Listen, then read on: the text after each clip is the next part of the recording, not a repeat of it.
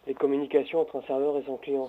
Après, Anonymous, ils ont repeint aussi. Hein. Ils ont fait du fait de repeindre, on dit ça, repeindre le portail de certains sites parce qu'ils ont exploité des injections avec des injections et des failles de sécurité Oui, sur les je serveurs comprends web. aussi. Il y avait aussi une manière de mettre, on va aller les attaquer en front, et puis derrière, ils vont faire des trucs un petit peu plus compliqués, alors que les équipes IT, en général, vont aller vers le front. Et voilà, et c'est une manière de biaiser un petit peu la procédure dans une équipe de sûreté quand on est une entreprise qui est confrontée à des attaques.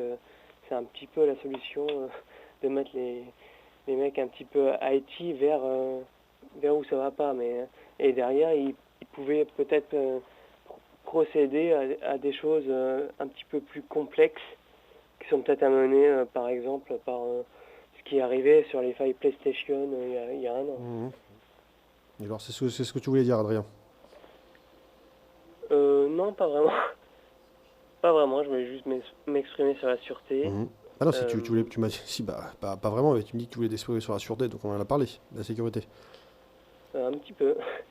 Mais j'aimerais bien plus en parler de manière plus, comment dire, du côté humain, quoi. Parce qu'on est tout le temps dans l'informatique, dans C'est-à-dire l'expression de Après, le pirate, savoir du bitcode, voilà. le social engineering, c'est connu, Oui. hein, c'est-à-dire qu'au sens où on n'a pas besoin de forcément de Oui, passer par ça, le le fond. social engineering, c'est important. Kevin aussi. Mitnick, Parce il est que- très fort là-dessus. Hein. Maintenant, il y a beaucoup de... Bon, je vais pas divulguer les entreprises, mais il y a beaucoup d'entreprises qui utilisent des cartes pour s'authentifier. Et ça, c'est un engineering devient important là-dedans. Parce que finalement, une personne peut être manipulée, on peut enlever, je sais pas, en étant méchant, enlever ses enfants, faire des pressions sur la personne. Et ça, c'est mafieux, après, ça, c'est tout ce qui est... Oui. Mm. Oui, après, on a accès à une carte, et c'est parce que maintenant, ils ont des authentifications par carte.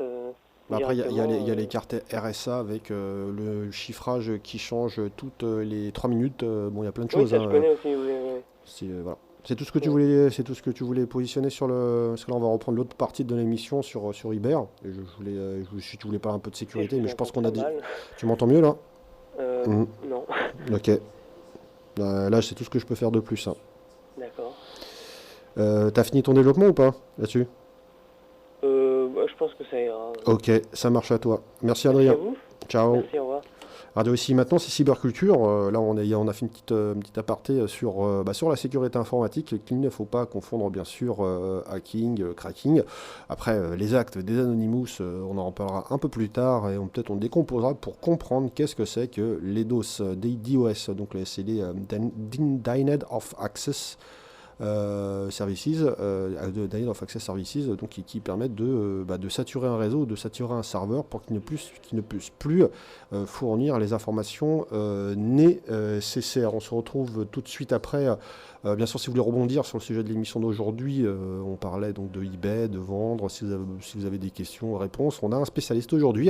Donc 08 92 23 95 20, 08 92 23 95 20.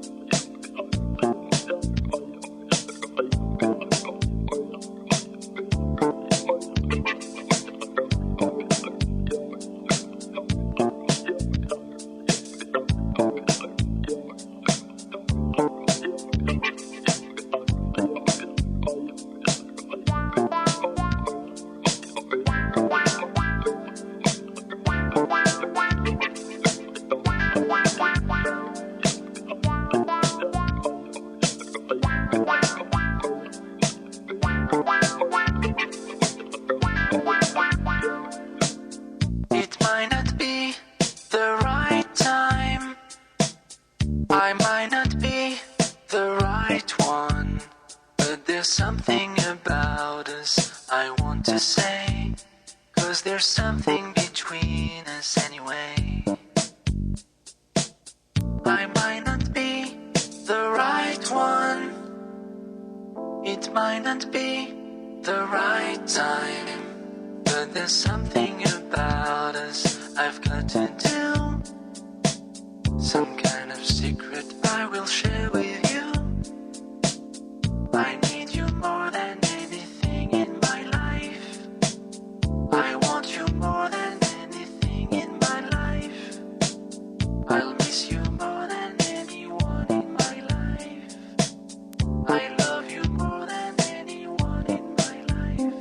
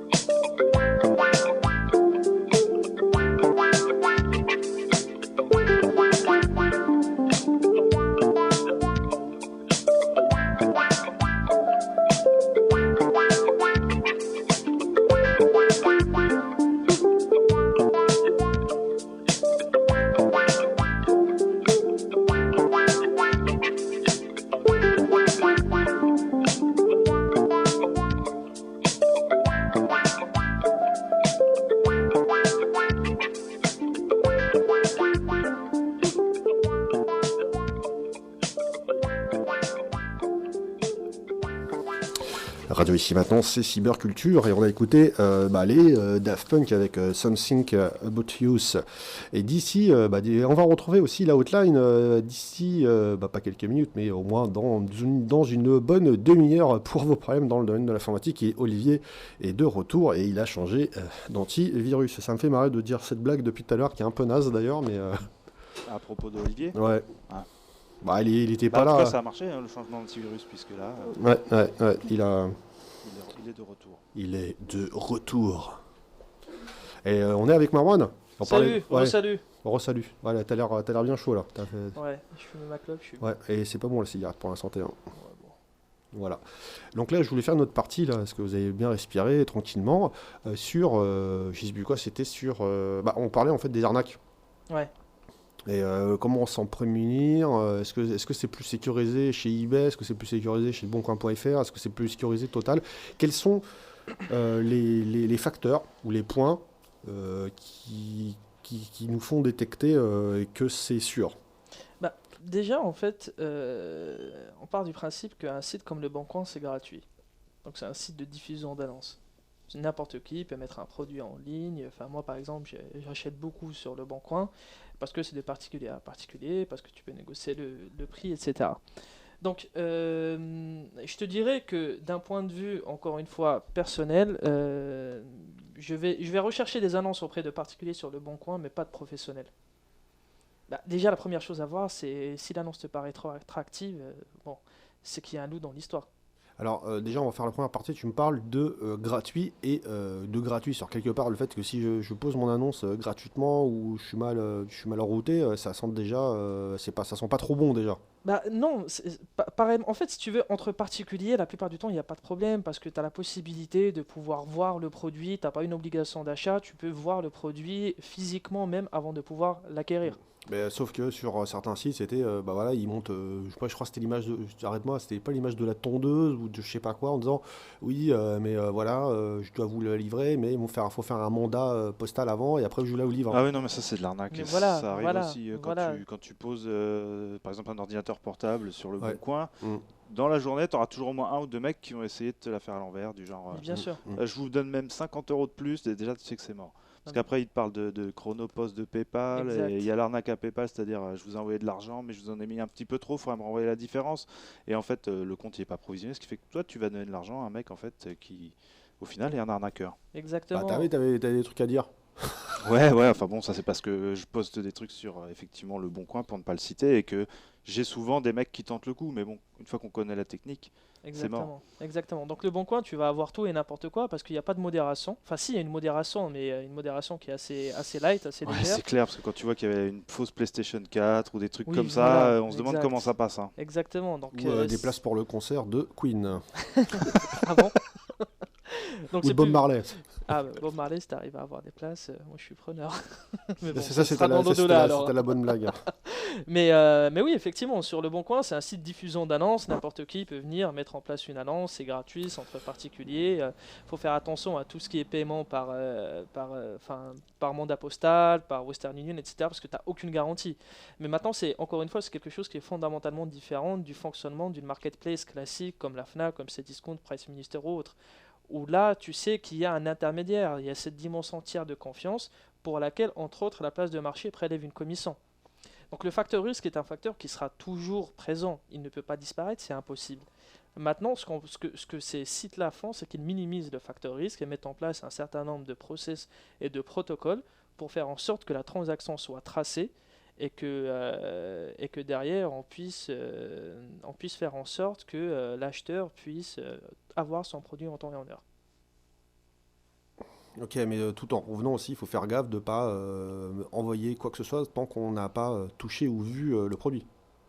Sur un site comme Le Bon Coin, oui. Oui, il vaut mieux privilégier la transaction face-to-face en fait. Oui, il vaut mieux privilégier la transaction directement. Tu as les coordonnées de l'acheteur ou son email ou autre, tu prends rendez-vous, tu vas.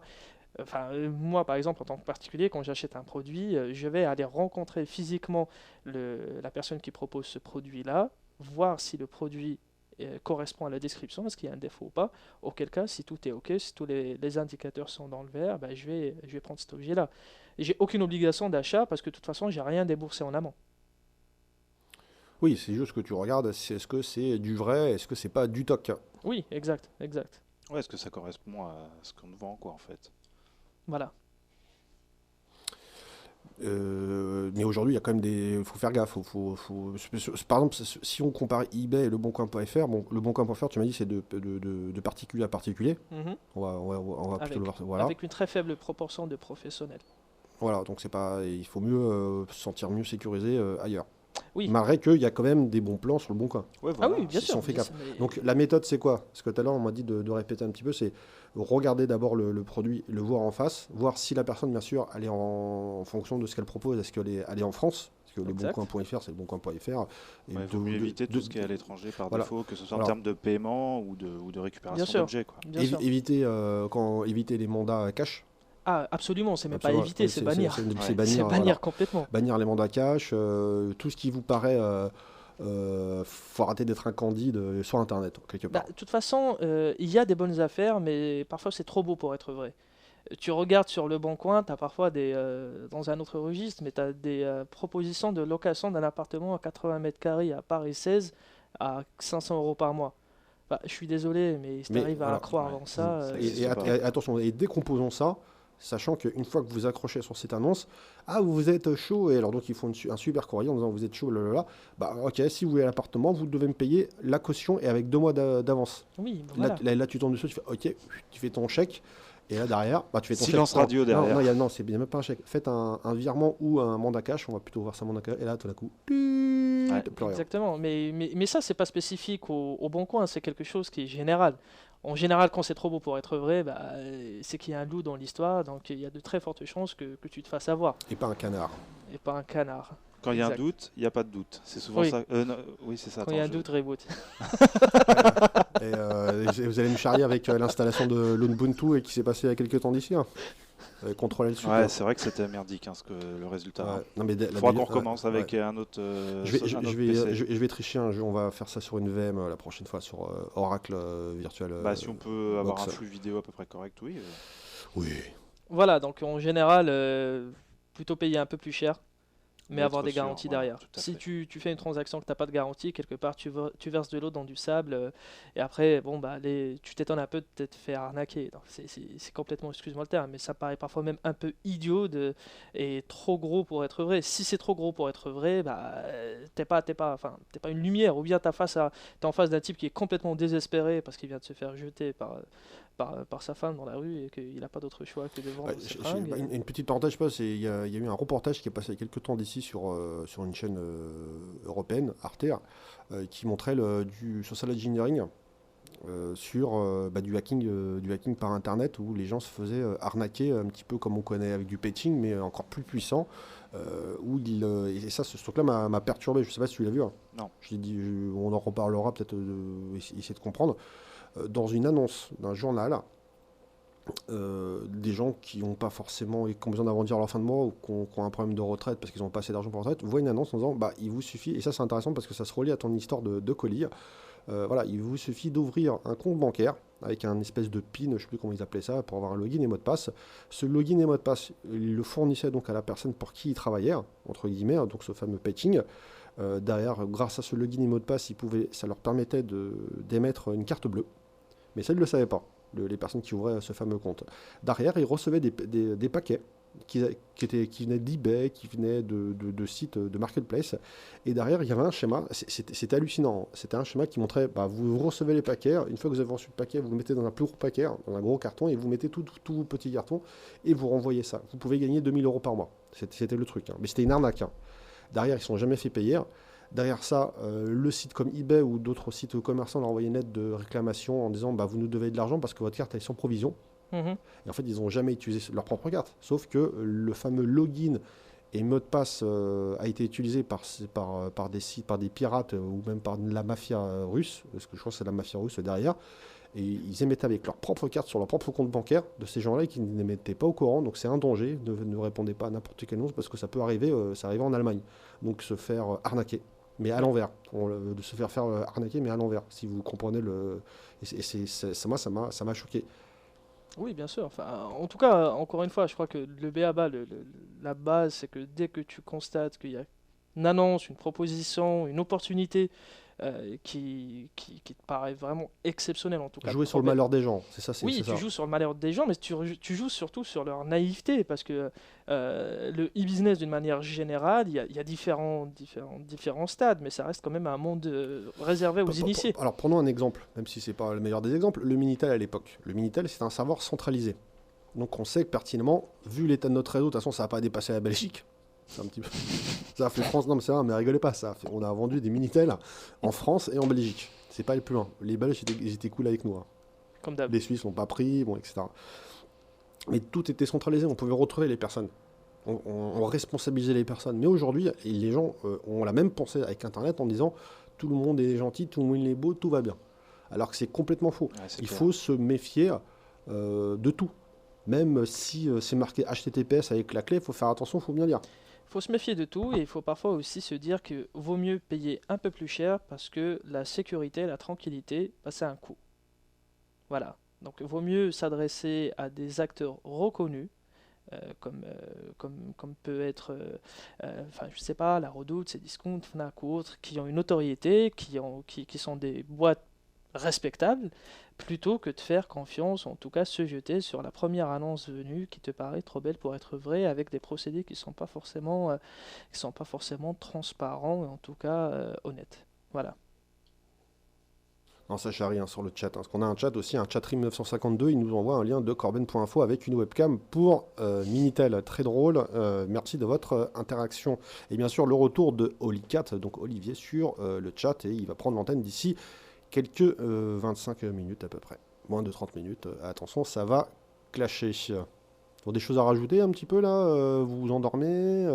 Bien sûr, on attend des questions de nos amis les chatteurs, donc chat rim952.fr, ou sinon vous pouvez nous appeler si vous avez une question, vous voulez vendre ou acheter sur internet, ou vous avez même peut-être subi une arnaque, que vous n'avez rien compris.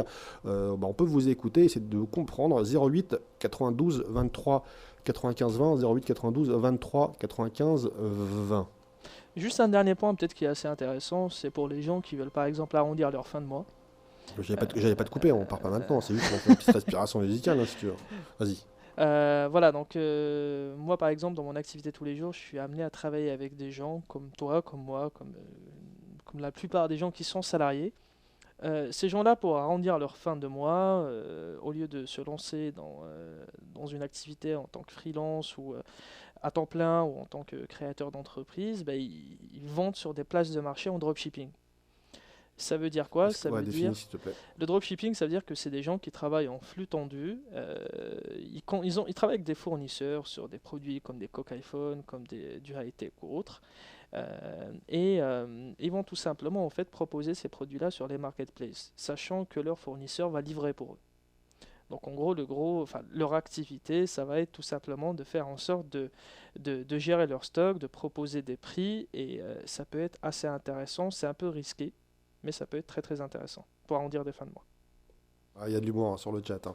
Bah, c'est intéressant pour arrondir les fins de mois. Et bon, on va peut-être tu veux qu'on définisse un peu plus ce truc-là, parce que avec ce temps de crise, etc., on a peut-être des choses chez nous qu'on a envie qu'on n'a pas forcément envie de garder, parce que ça prend de la place. Donc on revient tout de suite après ça.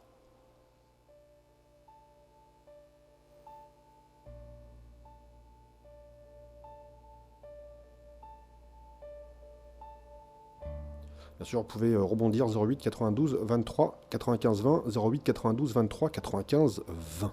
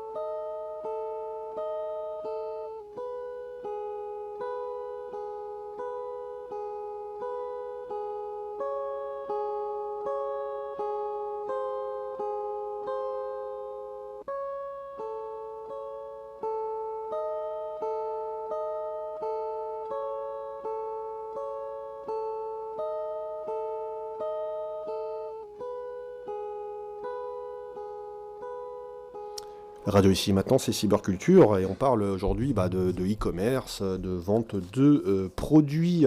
Donc on se retrouve dans Cyberculture. Donc si vous avez déjà des questions sur l'ensemble de cette émission, si vous aussi vous avez peut-être rencontré une arnaque en ligne, vous avez halluciné, ou vous avez peut-être subi, vous êtes les bienvenus. Il reste un petit peu de temps d'émission avant de retrouver la hotline. La hotline, c'est quoi ? C'est lorsque vous avez des problèmes dans le domaine de l'informatique, on est là pour vous aider. Et bien sûr, le retour de Olivier de Holycat sur la hotline, parce qu'il était malade et ça peut arriver. C'était un peu la période en ce moment, et comme j'aime bien toujours mettre en avant cette fameuse blague de l'antivirus. Il a changé d'antivirus, donc forcément il a pu retirer son virus de la grippe.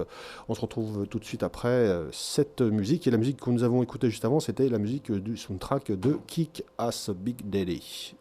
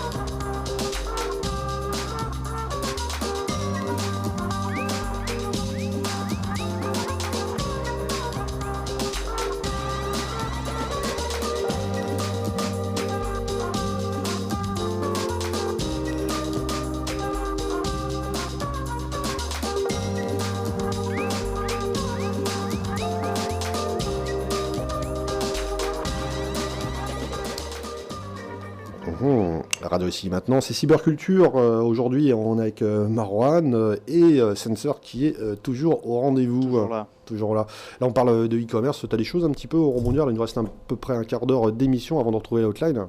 Oui, j'avais vu une question sur le chat. Est-ce que sur le chat, comme tu dis, est-ce que quand on vend des produits en tant que particulier, on est imposé dessus? La réponse est non.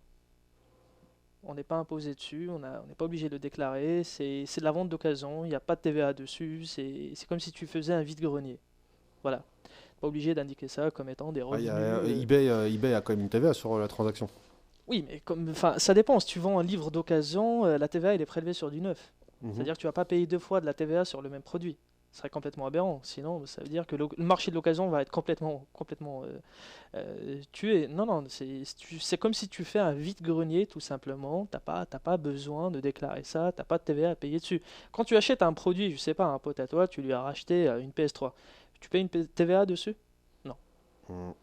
Si tu vends ta PS3 à un ami à toi, est-ce que tu vas Mais dire, c'est tiens, je vais le déclarer dans ma feuille d'impôt parce que c'est un revenu en plus? parce qu'il n'y a pas de notion de facturation, surtout. Il n'y a pas de notion de facturation, c'est un bien que tu as déjà acquis, tu es en droit de le revendre sans pour autant payer d'impôt dessus, de TVA dessus. Bah, je pense qu'il y a quand même une limite, hein, à mon avis. Ah oui, Il y mais a une limite légale. Si tu vends 10 fois, si tu achètes 10 et tu placards, 10 fois, Bah. tu vends ça pour 100 000 euros, je pense que tu es imposable. Je crois qu'effectivement, il y a un volume maximum parce que même quand tu fais une brocante, si tu fais plus de 2 brocantes dans l'année, tu dois quand même déclarer quelque chose, tu vois. Oui, bien sûr, mais là, ça veut dire que tu passes du stade où tu fais un vide-grenier, où tu vends des produits qui sont en ta possession, à un stade où tu passes carrément à une activité de commerce et de vente. Donc D'accord. effectivement, il y a une frontière entre les deux. Tu vas pas dire, attends, je vais prendre tous les livres que je connais chez tous les gens que je connais et je vais les vendre sur les marketplaces et je vais me faire un peu d'argent. Ah non, là, tu es plus sur de la vente de particuliers, tu es sur de l'achat et de la vente. D'accord. Il y a déjà eu des cas, parce que ça me fait poser la question plutôt, il y a déjà eu des cas genre d'objets, bon ça j'en suis même persuadé, d'objets volés sur eBay, qui étaient revendus, du recel. Est-ce que eBay contrôle, est-ce que c'est toujours pas leur problème? eBay va par exemple contrôler dans le cas où c'est des marques. Oui, pour la contrefaçon. Exactement. Ça veut dire que, prenons un exemple des télévisions Philips. Je ne sais pas si ça existe encore d'ailleurs, ça. Tu vas te dire, bon, bah, je vais vendre ces produits-là. Il faut d'abord que tu t'assures, est-ce que tu as le droit de vendre ces produits-là? Est-ce qu'il n'y a pas un revendeur agréé Philips? Auquel cas, est-ce qu'il n'y a pas une contrainte qui est mise sur cette marque-là? Auquel cas, effectivement, tu peux pas. Si tu veux vendre des sacs Hermès sur eBay, ben, forcément, tu vas pas pouvoir. Tu peux vendre un sac Hermès d'occasion. Tu peux vendre un sac Hermès d'occasion, mais là, il faut toujours prendre en considération la notion de volume. Si tu vas sur la boutique d'un vendeur que tu as 400 références Hermès, ou bien c'est de la contrefaçon, Il y a forte chance. ou bien c'est du recel ou autre, ou bien c'est Hermès qui vend, ce qui m'étonnerait. Donc ça veut dire que tu es dans un cas qui est à la limite et à un moment ou à un autre, tu vas avoir des gens qui vont venir, qui vont te demander des comptes, en tout cas qui vont mettre le holà à cette activité-là. Il y a un autre aspect, c'est qu'il y a ce qu'on appelle sur Amazon des catégories qui sont NGT. Les catégories NGT, ça veut dire qu'il faut demander une autorisation auprès de la marketplace pour vendre ces produits-là. Une catégorie qui va faire sourire pas mal de monde d'ailleurs, ce sont les sextoys. Ah, enfin. Qui marchent très très bien. Qui marche très bien. Malheureusement, il faudra développer la catégorie occasion sextoy, mais bon. Sans un sextoy d'occasion. Tu sais qu'ils en ont trouvé un d'ailleurs. Ils ont même trouvé sur Amazon États-Unis du papier toilette d'occasion en vente. Hein. Putain. Non mais c'est du n'importe quoi. Alors, on va se calmer tout de suite. Déjà en plus pensez toujours à nettoyer. Hein. Il faut auto-nettoyer. Non mais ça on... Excusez-moi, j'ai la toux, ça m'a perturbé. Après, on sait très bien pertinemment que le e-commerce des sextoys et du sexe, c'est quelque chose qui fonctionne très bien. Qui fonctionne très bien, mais il faut demander une autorisation pour pouvoir vendre ces produits-là. D'accord, mais neuf. Ah oui, Sur bien eBay. sûr, bien sûr. Non, mais c'est intéressant parce que même la publicité sur Google ou sur d'autres sites internet, on parle de publicité parce que même si moi je fais pas l'éloge de la publicité, mais je la comprends au sens technique pour voir comment ça nous rentre dans le cerveau et comment on peut lutter contre ça. Donc installer AdBlock sur votre navigateur. Voilà, c'est pas de la pub, hein, c'est simplement le fait de suggestion de ne pas voir la publicité. Il faut voir que tout ce qui concerne le sexe, entre guillemets, que ce soit vidéo, que ce soit de l'achat de produits, c'est ultra contrôlé. Oui, effectivement, c'est ultra contrôlé parce que ça reste un secteur, comme tu le disais très bien, à très fort potentiel en termes de revenus. Ça veut dire que c'est l'une des catégories aujourd'hui les plus dynamiques sur les places de marché. La vente de livres marche très bien, la vente de sextoys marche mieux. Voilà. Et à pile. Voilà. Ok. Je sais pas si t'as un truc à rajouter, parce qu'il nous reste à peu près 10 minutes d'émission, 20 minutes, plutôt 10 minutes d'émission, oui. T'as un truc à rajouter sur quelque chose qu'on aurait oublié, sur le e-commerce, peut-être Tout simplement dire à toutes les personnes qui pensent peut-être créer une activité en créant un site web, c'est plus simple à mon sens et à mon avis de partir sur des places de marché parce que c'est un investissement qui est plus maîtrisé. En gros, si tu veux créer un site de vente PrestaShop, ça va te coûter quelques milliers d'euros. Tu veux proposer tes produits à la vente sur une marketplace quand tu as un trafic de dizaines de millions de visiteurs par mois, ça va te coûter un forfait de 29 euros par mois, plus ses commissions. Donc c'est un arbitrage à faire, c'est un calcul qui est très très très rapide à faire aussi. Ouais, y a mal au crâne, je crois qu'il a l'air de t'aimer, qui dit Marwan, tu devrais faire un blog avec des tutos comment ne pas se faire avoir, arnaquer. Oui, ça serait intéressant. Ce qui serait aussi intéressant d'aborder, c'est comment toi, moi, les gens qui nous écoutent, qui ont des ambitions, peuvent faire en sorte de concrétiser ces ambitions-là, enfin ces ambitions entrepreneuriales sur des marketplaces, sur Internet, parce qu'encore une fois, et nous on le constate tous les jours, c'est un secteur qui est vraiment très très dynamique. Et c'est pour moi et à mon sens un vrai remède anti-crise. Dans un contexte, dans une conjoncture qui est assez pessimiste, effectivement, c'est un vecteur d'espoir et c'est quelque chose qui est accessible pour les self-made men. Attention, je ne dis pas que c'est simple. J'ai pas compris le truc en anglais là. Les gens qui, comme toi, comme moi, sont des entrepreneurs ou qui veulent pas juste être salariés, ce qui est très bien d'ailleurs, salariés c'est très bien, hein, je dis pas le contraire, mais voilà, qui ont des ambitions qui parfois peuvent être limitées dans leur fonction qu'ils occupent en tant que salariés, qui veulent aller plus vite, aller plus loin, prendre des risques, parce que ça va avec. Pour ces gens-là, j'ai envie de dire, le e-business, ça marche. Ça marche, c'est un secteur qui affiche des croissances avec des chiffres insolents, parfois à 2 chiffres. Ça, on l'a bien vu, de toute façon, les chiffres de Google, les chiffres des autres sites internet qui sont limite à se vomir dessus. Hein. Bien sûr, voilà, quand tu compares ça à des secteurs comme l'industrie automobile ou à des raffineries ou autres, où on te bassine à longueur de journée, malheureusement avec des mauvaises nouvelles, il serait temps de parler de ces gens-là qui sont c'est quasiment des success stories, c'est des gens qui y arrivent, qui se battent tous les jours et qui réussissent très très bien. Donc, oui, effectivement, aujourd'hui, l'avenir est dans le e-business. Alors donc, si je comprends bien, si moi, demain, en tant que femme ou homme, on va prendre... je veux faire mon e-commerce pour vendre, par exemple, de l'huile essentielle, faut pas que je me base que en me disant PrestaShop. PrestaShop est un logiciel open source, arrête-moi si je dis des bêtises, Exact. qui s'installe chez un hébergeur de sites internet. Donc là, on a déjà fait des émissions sur les hébergeurs de sites, on reviendra dessus, ne vous inquiétez pas pour monter son premier site web. À partir de là, il ne faut pas se baser que sur le référencement de Google. Ça coûte quasiment très peu de se positionner sur eBay. Est-ce qu'il y a quelque chose derrière ça? Non, absolument pas. Il faut juste avoir le produit. Pour donner des chiffres et pour essayer d'être encore plus clair, aujourd'hui, ça coûte que dalle. Tu veux créer ton site, ça va te coûter, 4 000, 5 000 euros juste de mise en place. Rajoute à ça les frais de référencement naturels et payants tous les mois. Ça va te revenir à 400 euros par mois. Pour te battre sur un mot-clé sur lequel... Donc on a 9 000 déjà. Voilà, pour te battre sur un mot-clé sur lequel il y a déjà il y a déjà du monde. Et tu ne vas pas réussir à sortir ton épingle du jeu du jour au lendemain. Au lieu de faire ça, tu vas sur une marketplace, tu proposes tes produits, tu fais en sorte que tu puisses avoir un produit qui marche bien, mais surtout à un prix qui est attractif. Certes, tu dégageras moins de marge, mais tu prends moins de risques. C'est beaucoup plus simple de démarrer son activité à une charge fixe de 29 euros par mois plutôt qu'à 500 euros plus un investissement qui est de 4 000, 5 000, voire même plus d'euros par mois. Voilà. D'accord. Bon, un petit mot. Là, il y a Olivier qui est juste à côté de moi. Bonjour. Ah, le revoilà. Ah là, il est prêt. Ouais. Ah, il vient de retrouver la musique antisociale que je cherchais depuis longtemps, que j'allais sur YouTube et il la trouve en 2 secondes. Voilà, donc c'est la hotline d'ici quelques minutes. Donc conclusion, toi Sensor, qu'est-ce que t'en penses de tout ça Écoutez, moi c'est pas trop mon monde le e-commerce, mais en tout cas pour avoir discuté. Mais t'as l'air d'être un user, t'as un utilisateur. Oui, tout à fait, je suis un utilisateur final, absolument.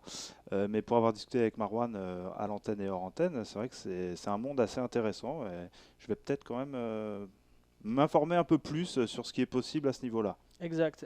Juste faites les bons choix en amont et puis lancez-vous. C'est tout ce que j'ai envie de dire. Ouais. Lancez-vous, n'hésitez pas.